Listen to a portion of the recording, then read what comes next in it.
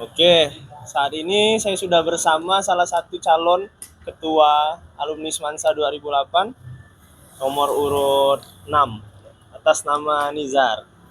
Jadi eh, ini udah ada beberapa pertanyaan dari kawan-kawan Semansa untuk bisa diberikan pandangan terhadap pertanyaan yang ada.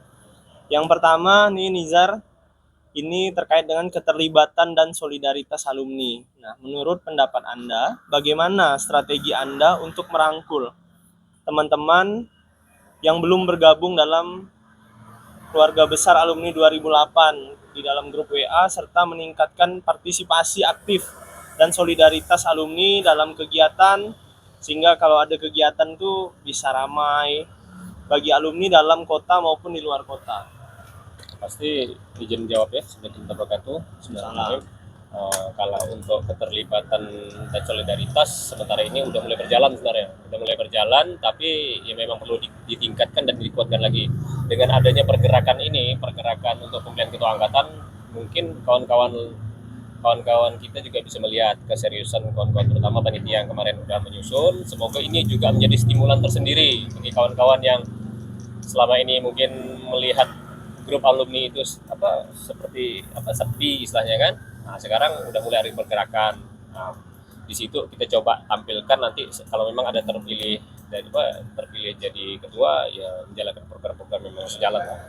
Oke, makasih. Yang kedua, ini terkait dengan program kerja atau rencana ke depan. Seandainya nanti Nizar terpilih sebagai ketua angkatan, apa sih program unggulan dan program pertama, mungkin 100 hari pertama ketika jadi ketua angkatan yang akan dijalankan? Silakan. Kalau untuk saya sendiri itu kan ada visi dan misi. Nah, izin menyampaikan, mungkin saya agak sedikit lupa. Kalau untuk visinya saya coba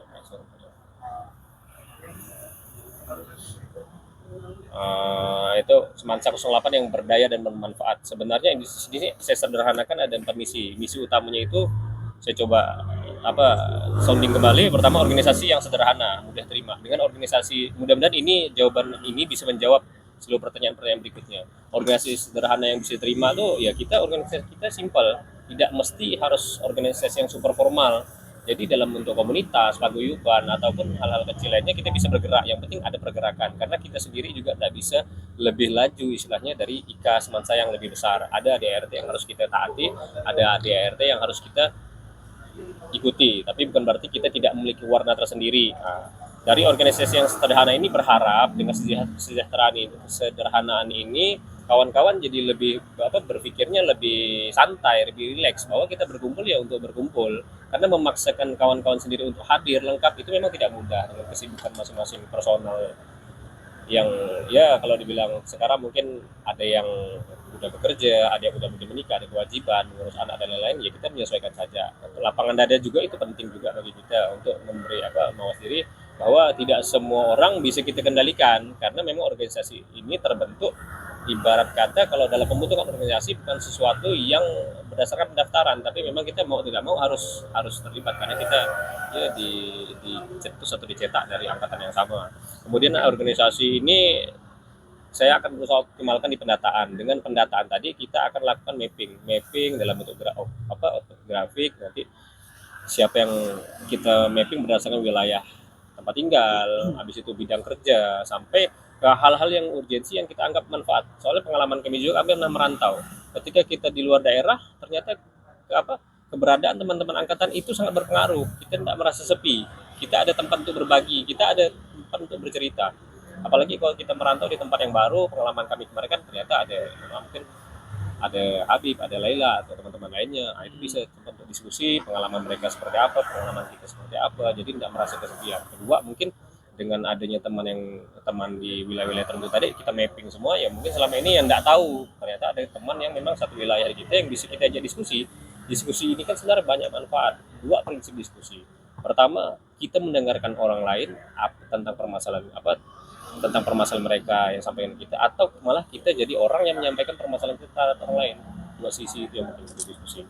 Kemudian dari itu ada juga kayak gerakan-gerakan sosial. Gerakan sosial sebenarnya pun barang ini sebenarnya yang saya sampaikan ini sebenarnya udah mulai berjalan, cuma mungkin dikuatkan. Kayak sosial itu saya berharap ada gerakan-gerakan lain selain untuk ya sumbangan untuk kawan-kawan yang mungkin kemalangan atau kawan-kawan lain yang yang ada gerakan-gerakan lain seperti kayak donor darah atau keterlibatan kita dengan Dikas Mansa. Malah saya berpikir kenapa 2008 nggak bikin ruang gerak sendiri, bukan seperti yayasan. Kalau memang ada yang mau disampaikan atau disumbangkan atau dipartisipasikan, kita buat sendiri, misal gerakan makan atau memberikan apa orang tua asuh terhadap yayasan mana kita hadir di situ, ataupun kita bisa juga untuk misal ada teman sosial ini tidak semata-mata harus memberi orang, enggak, kita lihat jadi asas dari organisasi itu kan kesejahteraan anggota. Sebelum kita sibuk mikir orang lain, ya kesejahteraan anggota itu. Cuma memang dengan pengisian database itu, keterbukaan informasi antar kita tuh harus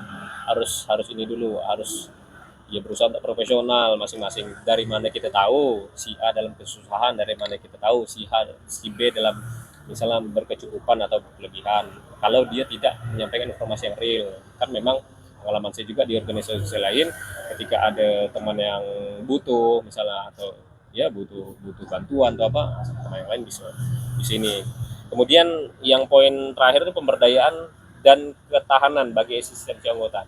Saya berpikir begini, dengan pengalaman kami di organisasi sekolah yang lain, misalnya di SD, SMP, ada kawan-kawan kita yang memang perlu mendapat perhatian tersendiri. Misal kita fair saja, misalnya mungkin dari segi keterlibatan dia mungkin ya mau gabung, mungkin ada permasalahan kita nggak tahu, tapi kita berusaha untuk tampil dari kawan-kawan ini untuk bahwa siapa lagi yang mau peduli dengan diri kita dan orang lain, karena suatu saat bisa jadi hari ini kita membantu orang, bisa jadi hari lain orang bantu kita. Dengan ketahanan eksistensi itu sendiri ya saya coba jelaskan, ya misal ada si A ada punya usaha, si B bisa diberdayakan, mungkin selama ini dia susah, mungkin mau cari hiring pekerjaan atau seperti apa, itulah fungsinya. Setelah kawan itu direkrut, dia akan timbul ketahanan ini daya tahan. Jadi sehingga mungkin kawan selama ini mungkin ada yang ya mungkin dari segi penghasilan, dari informasi, dari pengetahuan belum bisa mendapatkan akses. Dengan adanya ruang alumni ini, oh si A butuh driver, oh si A butuh misal head kitchen, atau si A butuh ini itu. Dengan adanya ruang alumni ini, ruang publik alumni kita ini, kita lebih paling tidak untuk hiring seseorang atau merekrut seseorang, latar belakangnya kita udah tahu dulu, kan bisa cari informasi di lingkaran. Jadi paling tidak dengan adanya wadah ini, jangan berpikir bahwa dengan organisasi ini menyulitkan, dengan organisasi ini memberatkan. Enggak, bisa jadi dengan adanya organisasi, mohon maaf saya garis bawah, bukan kita bersilaturahmi. Kalau silaturahmi itu sambung tali rahim, jadi lebih kepada menjalin ukhuwah atau persatuan. Kita bisa saling bantu mungkin dalam berbagai aspek, tidak hanya materi, bisa jadi informasi, anak ini sekolah di sini, pengalamannya seperti apa sekolah di sana, begini pengalamannya, mungkin ada si B yang udah dulu anak-anak sekolah. Jadi lebih ringan sih sebenarnya organisasi, bukan organisasi, lebih ke komunitas yang sederhana saya bilang, tapi manfaatnya itu bisa berdampak. Siap, makasih Nizar. Jadi penjelasannya udah cukup panjang terkait apa yang mau dilakukan. Jadi nampak lah tadi. Nah, selanjutnya terkait dengan tantangan. Menurut Nizar nih, tantangan terbesar ketika nanti mimpin jadi ketua alumni 2008 ini apa? Ya tantangannya seperti yang umumnya, karena memang organisasi terbentuk berdasarkan bilang tercetak sendiri secara otomatis. Tantangannya ya tadi itu memang menaikkan semangat untuk bersama, karena memang kita akui ada beberapa teman kita yang masih belum bisa atau belum mau dimasukkan ke grup WA. Bukan berarti kita memang ya kita harus memaklumi, di situ kita harus mawas diri. Kita lihat juga latar belakang dia, mungkin ya ada yang sibuk, mungkin juga ada yang memang udah enggak mungkin merasa enggak ada kepentingan. Ya memang benar sih, ya itulah kita hidup juga. Mohon maaf, suksesnya orang juga sebesar-besarnya orang, jadi perlu support system. Penjual barang yang mahal atau penjual barang yang murah, dia tidak akan bisa berkembang tanpa ada pembeli. Mungkin dia di roda kehidupan saat ini dia sebagai penjual, kawannya yang beli, bisa jadi di 3, 4, 5, 6 tahun ke depan posisi itu berbalik. Kan jadi kebermanfaatan tadi itu. Oke, menarik ya. Jadi yang sudah disampaikan. Nah, ini selanjutnya terkait dengan ada yang bertanya terkait dengan hal konkret apa yang akan dilakukan terkait dengan ketika ada alumni yang mendapatkan musibah. Nah, konkretnya gimana nih kalau misalkan besok Allahu alam siapa yang kena musibah ketika udah jadi ketua, apa yang akan dilakukan? Ya kalau saya sih seperti yang udah dilaksanakan, tetap kita ucapkan bela sungkawa. Cuma saya prinsip pribadi, kalau memang boleh kita diskusikan seperti ucapan-ucapan, biasanya kan seperti organisasi lain kan organisasi tampil. Jadi saya mohon maaf sekali tidak ada bermaksud merendahkan derajat organisasi ini atau perkumpulan ini. Tapi kalau saya selalu berpikir sesuatu terhadap asas manfaat. Misal ucapan, tidak perlu kita besar-besar, kecil cukup nilai manfaatnya apa. Mungkin dari kumpulan ya mungkin menyisihkan uang, nah itunya jauh lebih manfaat saya bilang. Itu yang lebih penting daripada kita harus show off untuk menampilkan diri. Kalau pernah ada ucapan itu nih, tidak perlu nama saya pribadi atau nama siapa, tidak perlu, cukup angkatan pun sudah cukup karena ya kepentingannya sekedar untuk organisasi ini, perkumpulan ini, wadah ini. Terus selanjutnya ini terkait dengan eksternal nih, Nijar. Jadi kita kan di bawah IKAS Mansa. Nah, bagaimana strategi Nijar kaitannya dengan hubungan antara 2008 dengan IKAS Mansa? Ada rencana apa? Jadi kalau memang untuk dengan IKAS Mansa, ya kita juga tidak bisa bergerak terlalu jauh. Paling sekedar sementara ini kita coba jembatani, kan suwon dulu dengan senior-senior lebih tinggi. Ini pengalaman kami yang udah walaupun dianggap tidak bagi orang tentu tidak terlalu manfaat apa. Dengan berkumpulnya kita contoh kayak kemarin mini soccer, ternyata banyak hal-hal yang saya dapat secara personal ya, terlepas dari kawan-kawan lain menilai hal yang lain. Itu yang ternyata ini yang kerja di sini, ini kemarin yang supply ini ternyata senior sendiri. Jadi alhamdulillah chemistry itu langsung terbentuk. Jadi senior kakak adik itu langsung terbentuk. Jadi tidak perlu orang bilang tuh tidak perlu effort yang besar itu untuk menunjukkan kita siapa, menunjukkan mencari tahu dia siapa. Ternyata dengan hubungan kekeluargaan ini bagus. Udah. Jadi terakhir mungkin kenapa orang harus milih Nijar nih?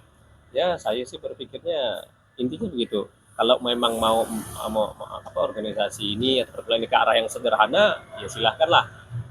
Ya pasti orientasi saya berorganisasi untuk Esmansa adalah kebermanfaatan. Jadi bagaimana kita bermanfaat untuk terutama kesejahteraan anggota, apapun itu, baik aspek informasi, baik aspek mungkin hal-hal lainnya lah yang bisa kita dapatkan. Nah, setelah kita udah merasa udah berhasil manfaat, barulah kita bermanfaat kita untuk orang lain. Itulah dari hal-hal kecil. Karena kalau kita rasional, kalau untuk berpikir yang mulu-mulu, mohon maaf untuk seperti iuran dan lain-lain itu kita harus pertimbangkan dengan matang karena berhubungan dengan keuangan. Itu kan ada audit nanti internal, ada apalagi kalau memang sempat barang ini bergulir sampai ada badan hukum dan lain-lain, pertanggungjawaban keuangannya udah ketika kita menyatakan sikap untuk sampai ke arah yang lebih perform, lebih profesional, ya konsekuensinya juga akan berimpitan dengan hukum. Jadi saya lebih berharap organisasi ini sederhana tapi bermanfaat. Ya secara pertanggungjawaban rutin disampaikan, terbuka, transparan. Tapi ya mudah-mudahan kawan bisa sejalan lah dengan apa yang saya sampaikan, mudah-mudahan semuanya bisa menerima dengan apa yang saya sampaikan. Oke, makasih Nijar. Itulah tadi tanggapan dari Nijar terhadap pertanyaan-pertanyaan yang sudah masuk ke panitia.